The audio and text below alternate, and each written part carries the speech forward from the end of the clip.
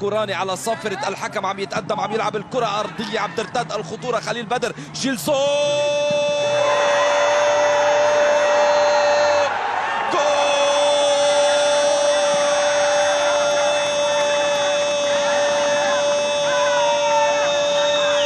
للنجمة قاسم الزين الكابيتانو. الصخر عم بيكون كتير تقيل امام شباك فريق العهد، وعم بيسجل اول الاهداف. قاسم الحاسم عم يحسمها، عم يحسم الدربكه اللي حصلت داخل منطقه الجزاء، وعم يحول الكره الى الشباك، وعم يعلن عن اول الاهداف لفريق النجمه. بالفعل بدايه مثاليه للكتيبه النجمويه. قاسم الزين عم يهديهم الهدف الاول بعد الكره العرضيه. فتح حسن كوراني، عم شوف بالاعاده صادق لعبها، جيلسون حاول يوصلها، تابعت الكره من ماهر صبرا. ودائما قلبي الدفاع هن قلبي الهجوم، هن القلب النابض. اولا ماهر صبرا امام الصفا، اولا ماهر صبرا على مصطفى مطر، وثانيا قاسم الزين كان عم بيسجل. رائع جدا فريق النجمه، بدايه ولا اروع للنبيذه. الضغط النجماوي اسفر عن هدف اول. الجزاء الملكي بيبعدها مهدي الزين. الله، وان تاتش حلوه من مهدي الكوراني. الكوراني بده يسدد.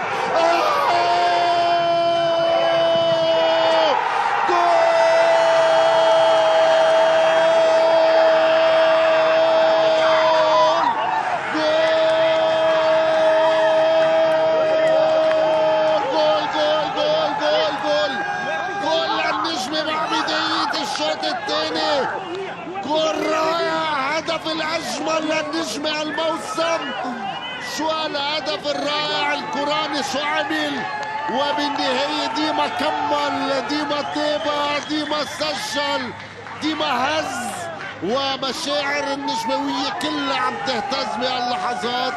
الكوراني يلي عمل شغل كتير حلو، يا ريت دخلت كرة الكوراني كانت اجمل بكتير، وذكي كتير اخذ الكرة موجودة. شوفوا شو عمل كوراني. الله، رجع لعبها هون محمد صابدي، وديما عم بتابع. 2-0 خربطت الدورة كلها عند مدير الفني لفريق العهد. شو بده يعمل؟ ما كان بيتوقع ابدا يتلقى فريقه هدف ثاني، هدف سريع. الكوراني كمان مرة. الله الله يا كوراني، شو حلوة. صادق شو عم تعمل، وديما يلي عم بيكمل.